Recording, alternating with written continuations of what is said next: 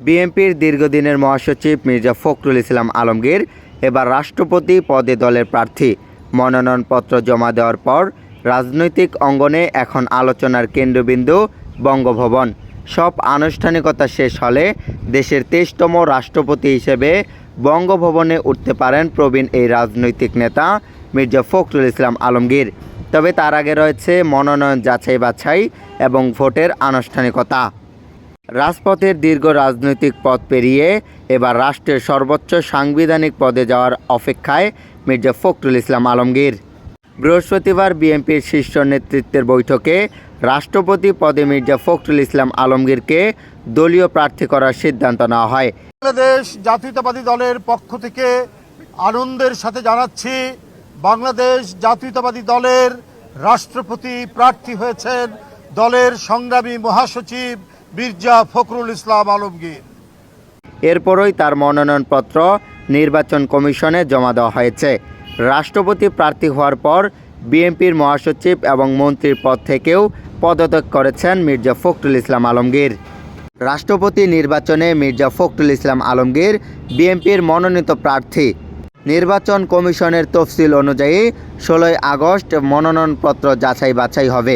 প্রার্থিতা প্রত্যাহারের শেষ সময় ১৮ আগস্ট বিকেল ৪টা পর্যন্ত। আর ভোট গ্রহণ হবে ২০ আগস্ট জাতীয় সংসদে দুপুর ২টা থেকে বিকেল ৫টা পর্যন্ত। এবার রাষ্ট্রপতি নির্বাচনে বিএনপির প্রার্থী মির্জা ফখরুল ইসলাম আলমগীরের পাশাপাশি ১১ দলীয় ঐক্যের প্রার্থী হিসেবে কর্নেল অবসরপ্রাপ্ত অলি আহমেদের মনোনয়নপত্র জমা দেওয়া হয়েছে।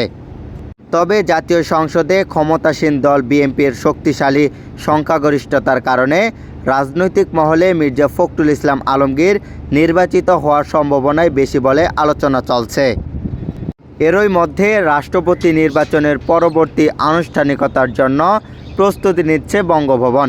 নিয়ম ও রেওয়াজ অনুযায়ী নতুন রাষ্ট্রপতিকে রাষ্ট্রীয় মর্যাদায় বরণ করার প্রস্তুতিও চলছে।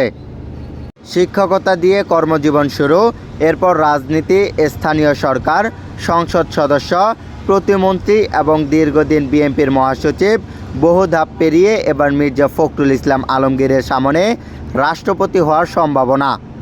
দীর্ঘ রাজনৈতিক জীবনে বিএনপির কঠিন সময়েও গুরুত্বপূর্ণ ভূমিকা রেখেছেন মির্জা ফখরুল ইসলাম আলমগীর। আর এবার দলীয় মহাসচিবের দায়িত্ব ছেড়ে রাষ্ট্রপতি পদে প্রার্থী হয়ে বাংলাদেশের রাজনীতিতে নতুন অধ্যায়ের সামনে দাঁড়িয়েছেন এই প্রবীণ নেতা মির্জা ফখরুল ইসলাম আলমগীর।